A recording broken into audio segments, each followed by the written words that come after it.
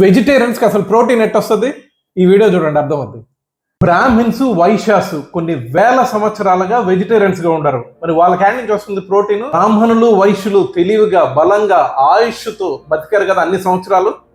Social media open చేస్తే protein, vegetarians protein లేదు, chicken తినండు, protein powder తాగండు అని గోల చేస్తున్నారు. నవధాన్యాల్ని నవగ్రహాలతో కంపేర్ చేసుకొని వాళ్ళు అన్ని రకాల పప్పులని సమపాలలో ప్రతి రోజు తినేవాళ్ళు.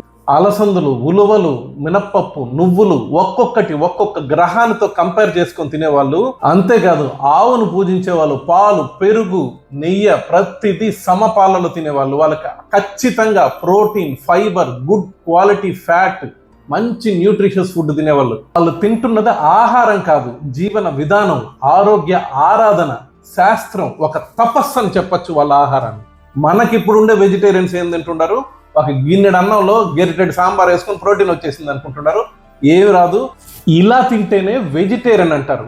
లేదంటే మిమ్మల్ని మీరు మీ శరీరాన్ని నాశనం చేసుకున్నట్టు అవుతుంది వెజిటేరియన్ అని పేరు చెప్పు.